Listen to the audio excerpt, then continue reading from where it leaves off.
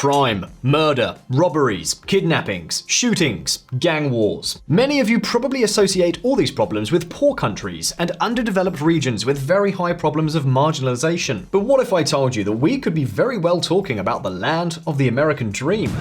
Why are so many Americans killing one another? In 2020, murders in the United States surged by almost 30%, the largest one-year increase since the start of national record-keeping in 1960. More people are getting away with murder. Unsolved killings reach a record high. More Americans see U.S. crime problem as serious. Crime seems to be gaining ground in Uncle Sam's backyard. I think many of you are perfectly aware of that. In an unexpected turn of events, the only job that does not require experience in the US seems to be that of a criminal. Indicators suggest that there are a lot of openings lately. Too many. Of course, on the face of it, this is not much of a novelty either. Historically, the United States has been one of the most violent developed countries in the world. It's the perennial problem that never has a solution.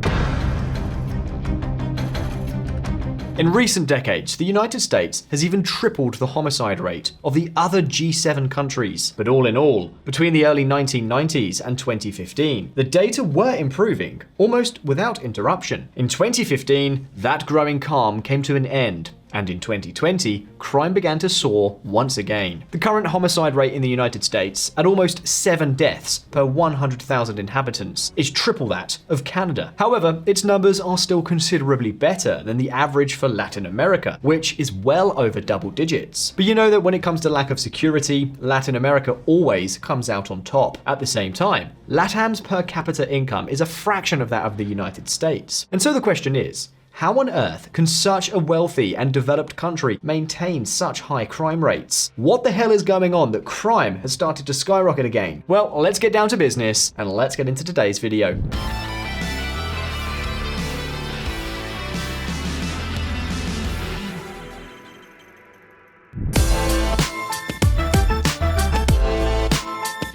You can't deny that if there is one theme that abounds in American series, it is precisely crime, delinquency, and lack of security. From the classics of the mafia wreaking havoc in Chicago to modern police dramas in which the DEA fights against large drug networks. And it's not just us saying this. In August 2022, a major controversy erupted after the mayor's office of Albuquerque, New Mexico, unveiled a statue of Walter White and Jesse Pinkman, the protagonists of the Breaking Bad series, at the Albuquerque Convention Center. For those of you who haven't seen it, Breaking Bad, and don't worry, this is not a spoiler, is an iconic series that tells the story of two small-time drug dealers who end up stirring up in a huge spiral of crime and violence. So, in a way, we could say that these statues were something like a recognition to the chemists who suddenly gave an enterprising turn to their talents. And not surprisingly, maybe it was too much.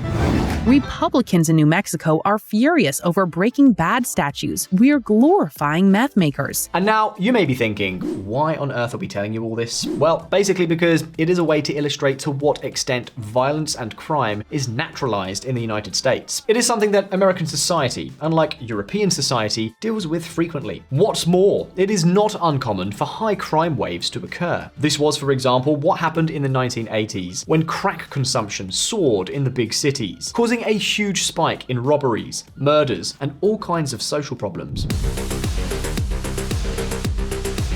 However, as mentioned earlier, when the crack epidemic was brought under control, crime figures improved considerably. Yes, some cities like Baltimore, Detroit, and San Francisco have had serious crime rises at some point these past few years. We've told you about it here on VisualPolitik, but by and large, things were looking up until now. Surprisingly, the spike in violence and crime rates is occurring across the board. For example, homicide rates have skyrocketed in all major US cities. We are talking about the same problem in cities with completely different demographic and political characteristics. But be careful, because the problem is not limited exclusively to homicides. For example, activities linked to human trafficking are also on the rise. In fact, the number of people prosecuted for these activities has almost doubled since 2012. And something very similar can also be seen with regard to sexual offenses. In other words, virtually all types of crime have soared to their highest levels in at least the last decade. And so the question is, the big question that we have to answer is, what on earth is going on?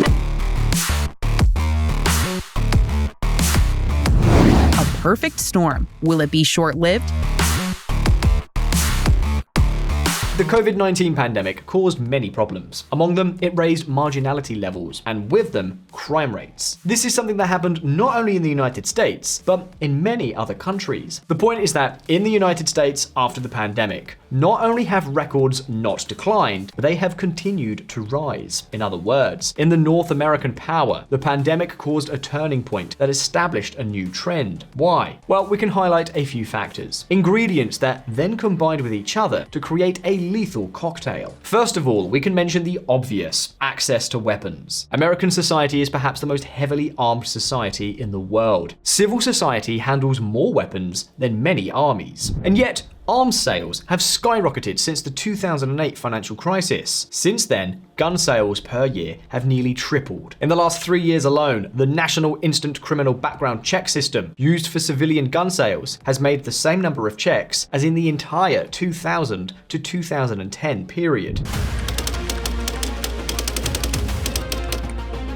And of course, many will argue that access to weapons is necessary to ensure legitimate self-defense. We are not going to get into this topic. The point is that there are more guns circulating, and that, in tense environments, this is a catalyst for the commission of crimes. That shootings have skyrocketed has a lot to do with it. President Biden himself defends this theory. Allow anyone to assemble a gun at home, bought from several different places, and these weapons don't have serial numbers. That's why they like to buy them. Then we have a second ingredient, what is known as the Ferguson effect, which usually appears when an event of institutional brutality reaches national visibility. The name of this phenomenon relates to what happened in Ferguson, Missouri, in 2014, when a white police officer shot and killed Michael Brown, a young African-American man who was unarmed.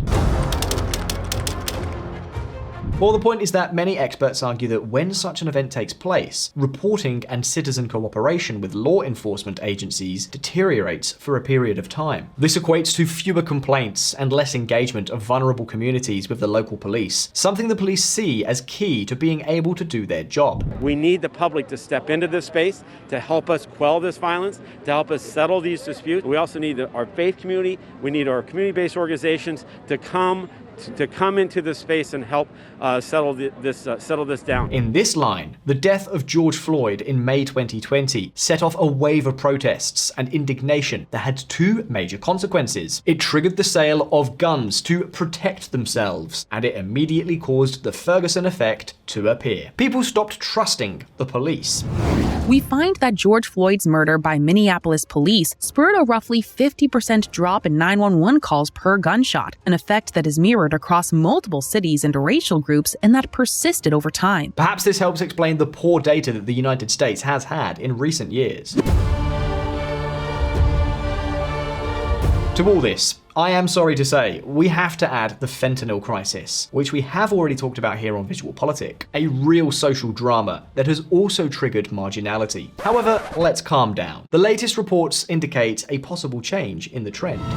Violent crime is down in US cities, but still above pre-pandemic levels, report says. The economy is going from strength to strength. Unemployment is at historic lows. Wages have already started to grow above inflation, and the Ferguson effect is always temporary. Sooner or later, it will wear off. The question, therefore, that we have to ask ourselves is this sudden and unexpected wave of violence over? Well, let's take a look.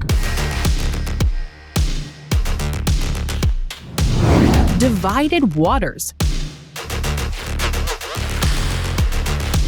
The latest published reports seem to reflect a general improvement. However, many are concerned that this improvement is too minor, and the increased levels of violence caused by the pandemic and the death of George Floyd are here to stay. Well, one note of optimism is that while the arrest rate, for example, skyrocketed in the 20 to 44 age bracket, it remained reasonably stable among youth under 19. Not only that, but the number of juvenile offenders in custody inside prisons, usually for adults, has been on the decline since 2008. Juvenile delinquency not only did not grow during the pandemic, but rather maintained a declining pace. In other words, the younger generations do not seem to have caught the bad dynamics of the last few years. TikTok triumphs over crime.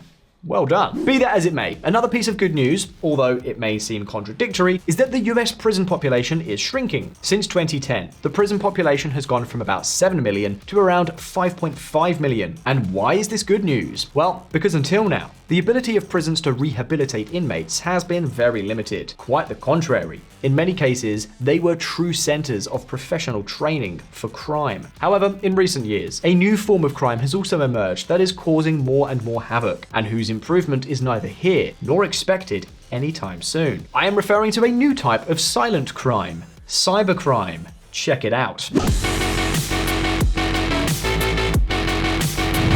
The silent tragedy. It stands to reason that murders, robberies, and kidnappings are much more shocking for the public and gain much more space in the news, of course. However, the spike in criminal violence we have seen has overshadowed the exponential increase in digital crime in the United States. Take a look. False Claims Act settlements and judgments exceed $2 billion in fiscal year 2022. Consumers lost $5.8 billion to fraud last year, up 70% over 2020. Americans lost a record $10.3 billion to online scammers last year, FBI says. Suspicious activity reports issued by financial authorities when they detect unusual activity have skyrocketed. In 2023, they were almost twice as high as in 2015. Do you want more examples? Identity theft and credit card crimes have tripled since 2014. Virtual crimes that ended up in complaints to the courts amounted to about 800,000 cases in 2022. In 2018, there were just over 300,000. Logically, the acceleration of e-commerce and online services is behind this formidable spike in crimes that are causing multi-million-dollar losses of an ever-increasing amount. Between 2018 and 2022, the estimated losses exceeded $27 billion, a figure that would have been enough to buy 438 F-16s. That's not a joke. All in all, the worst thing is that it does not seem that this exponential escalation is going to stop. In terms of crime, this is terrible news. So while physical crime looks like it may decline in the next few years, the same will not be true for the digital world. But having said that, the questions are now for you. How would you combat the US's skyrocketing crime rate? To what extent do you think the proliferation of guns is responsible for this structural violence that never seems to go away? How would you curb the growth of new virtual crimes? Leave us your impressions in the comments and let's start a debate. And now if you found this video interesting, don't forget to like and subscribe to VisualPolitik if you haven't already done so. Thank you very much for watching. All the best. See you next time.